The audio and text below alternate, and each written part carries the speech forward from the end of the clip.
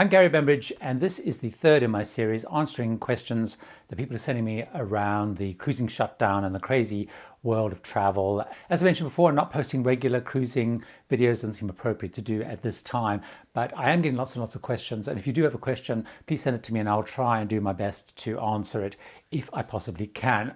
One of the things that I'm getting a lot of questions around at the moment is linked to the last video I did around refunds, cash or future cruise credits, and a lot of questions around, are cruise lines going to go bankrupt and are they going to get a bailout? So I thought I'd touch on that today and share kind of what I do know and kind of some assumptions that I've got. I think one of the things we can be absolutely sure of based on the current public and also the view of the politicians is it's pretty much unlikely that the cruise lines are going to get a bailout or much help from the government. So let me just run through the things that I'm seeing, the arguments against the cruise industry certainly getting a bailout or help. Well, first of all, the view overall, of course, is that cruising is not a strategic industry. Unlike perhaps you could argue the airlines and certainly the railways, where cruising is completely and utterly a leisure activity. So it's not seen as strategic. So it's not seen as being something that should be high on any bailout or help perspective. Secondly, when the US politicians are looking at what help they should or shouldn't give for the cruising industry, you've got to bear in mind that those companies are actually incorporated and registered not in the United States of America. So they may be in more tax haven places like Panama, Bermuda or Liberia. So they're not actually true US companies, although they are quoted on the US stock exchanges. So the view is these are not actually US companies. And that's really important as you think about the way the public and also politicians will be thinking. First of all, when it comes to tax, because of the way that they're structured, they don't pay as much tax as they would if they were really domiciled in the United States. So what a lot of people who are arguing against cruise lines getting any sort of help would argue, if you take Carnival Corporation, which is a huge corporation, their effective tax rate in the United States for corporate tax is only about 3% or so. If you take Marriott, which is much more incorporated in the United States, their effective tax rate is much higher, around about the 20%. So there's a view actually that these corporations are not and have not historically contributed a lot specifically in the United States. Also, when you look at that, most of their employees are non-US. So if you take Carnival, just the cruise line Carnival specifically, they have around about 12,000 employees in the United States, but they have like 80,000 non-US employees through crew and all that kind of stuff. And also in a recent interview, the head of the Carnival Corporation was talking about the fact the actual corporation employs about 150,000 employees in the US. If you take a look at the airline industry in the United States, for example, the stats that I saw said there's around about 760,000 full or part-time employees. So certainly if you're a politician or the public looking at which corporation you're going to help, the cruise lines will fall much lower down. Then of course you get other people who argue the cruise line shouldn't be supported for other reasons, like they are bad for the environment, or there's lots of concerns, of course, which keep bubbling up by people who are not very keen on the cruising industry, that they're kind of petri dishes and they're really bad for public health. All those kind of reasons that people would argue that cruising is a bad thing to do. So that is also part of the whole lobbying against any help. So I think it's pretty certain, and we've always seen it in some of the initial packages which have been put together, that corporations which are fully incorporated in the United States and employ a lot of people in the United States are the only ones that are likely to get a bailout. So I think it's very unlikely that the cruising industry itself will get a bailout. However, when you start to look at the whole ecosystem, that's a different thing altogether. So what we're seeing happening much more is in some interviews which the Cruise Line Association of CLIA have done. We've also seen in some interviews in the press where the head of the Carnival Corporation Group, the CEO Donald Arnold, has said what they're not really looking for is bailouts specifically. What they are hoping that will help is that whole ecosystem of cruising. So you've got all people who work in the port, all the various transfer companies, the taxi drivers, catering, hotels, all that stuff that happens around cruising that does happen in the United States. So looking for ways to make sure the government helps those people kind of survive and get past this whole period of shutdown where then there's no chance of them earning income, and of course this quarantine becomes more and more. So I think it's extremely unlikely that the cruising industry itself will get any specific help. Bearing that in mind, what is the situation? Do I think which is what people ask me, that cruise lines will go bankrupt.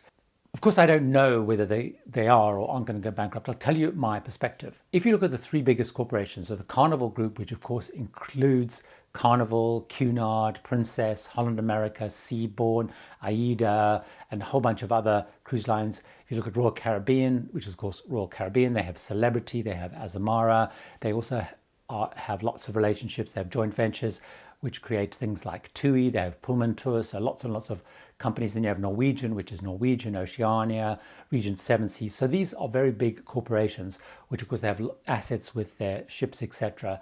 And they do have quite a lot of cash, but of course they'll be burning through a lot of cash at the moment. A couple of things I think we're starting to see that's happening. First of all, we've seen the cruise lines looking more and more at trying to encourage people to take future cruise credits rather than cash when they can. So what happens at the moment, and I covered it in my other video about refunds, is if the cruise line cancels your cruise, they do have to offer you, I guess under consumer protection laws, they do have to offer you a cash alternative.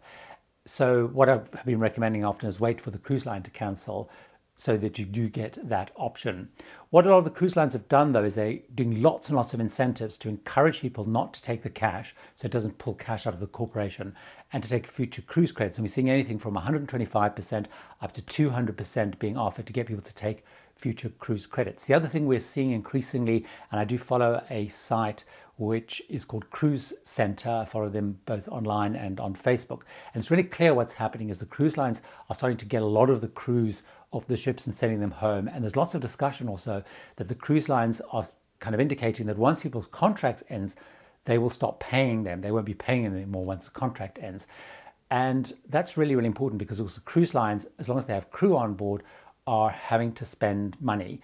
And so we're seeing more and more crew being sent home. And of course, that's becoming more and more difficult. But I'm seeing lots and lots of threads, increasingly with crew being sent home. And the other thing we're starting to see, I'm seeing lots of indications of some cutbacks shoreside. So the most dramatic of those, or the most notable of those, Virgin Voyages, which of course has not even sailed yet, I've seen on those groups, and I've also seen in the press that they have made some cutbacks on people shoreside. They've certainly terminated some contracts of people on the ships and sending them home to stop burning through cash. I've also seen some reports that some of the cruise lines are going to shorter hours, maybe 4-day weeks. And I have seen certainly in some of the smaller offices, people that I perhaps know or have dealt with, I'm seeing them sort of being furloughed or, some contracts being ended. So clearly they're trying to reduce the burn through from cash in all the ways they can to protect the cash.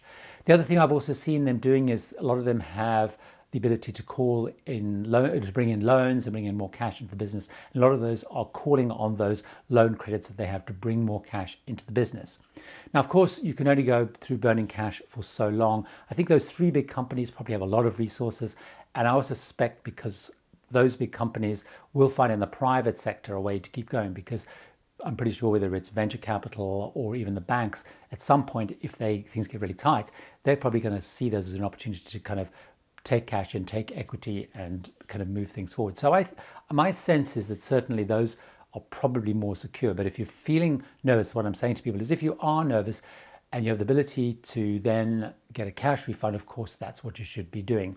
Of course, you can only get cash really at the moment if the cruise line does actually cancel. One thing's really, really important though, is what the cruise lines are also doing is they've introduced a thing called Cruise with Confidence, which of course is great on one degree because it does offer very short cancellations. You can cancel up to 48 hours before a trip. However, if you're booking a new cruise under the Cruise with Confidence, it also means and says that if you cancel, you will only get future cruise credit. So I would also say if you're nervous or you're worried about your finances, think really carefully before booking a cruise with the Cruise with Confidence, because you won't have the option of taking your cash. Also very important, although I'm not a finance expert, is one of the things that I'm always told, certainly when I'm buying things and all the financial people say to me, the experts say is, make sure you pay with your credit card, because often built in within the whole credit card process is a really important protection if things go bust or companies go bust in terms of getting your money back or they don't deliver. Obviously, your first port of call is always the provider. So certainly my sense is those really big companies are probably quite strong. I've also had a couple of people ask me about MSC Cruises and also about Crystal Cruises. Now, MSC Cruises is a European-owned company. their biggest part of their operation is actually cargo, and it's a very wealthy family. So again, they probably have a lot of resources. They have all those cargo operations to go to also help balance those out. And obviously, I guess as things get tight, there might be less cargo around, but they probably have a lot of resource available to them. Crystal is an interesting one because Crystal is part of the Genting Group out of Hong Kong. Genting is a really large, big financial operation. They actually used to own the bulk or all, I think, of Norwegian Cruises. They sold that eventually, and of course now Norwegian Cruises is part on the stock exchange. But Genting is again a big operation. They have Star Cruises and Dream Cruises, which is really, really big in Asia. So they again have lots of resources. Once you get into other cruise lines which are not part of the bigger groups, of course, it's really hard to know. A lot of those will depend on how strong their balance sheets are or aren't. Of course, if you have any concerns, you need to do what you think is right. And if you have the option of cancelling and taking cash out, if that makes you feel most comfortable, or you're going through really tough financial times, that's what you need to do. But certainly my gut feeling is that the big companies will in some way keep moving along. I think it's really, really unlikely we're going to see any kind of bailouts or help. Public pressure, political pressure is going to mean that the cruise lines are going to have to figure and fathom their way out through this. That's my take and my perspective on the questions that I've been getting around. Do I think cruise lines will survive? Do I think they'll go bankrupt? Or do I think they'll get a bailout? That's my perspective. It's certainly a really, really hot topic. And I am sure that lots of people watching this will have very strong views, particularly those people who are against the cruising industry. But that's my perspective. That's my thoughts. Of course, if you have anything to add to the discussion, please feel free to leave it in the comments. But at this time, it'd be really also great if you try to keep it nice and friendly, and we have enough going on without things being traumatic and rude at the best of times. So please stay indoors, stay safe, stay and look after yourself. And here's dreaming of the day we can go back cruising again.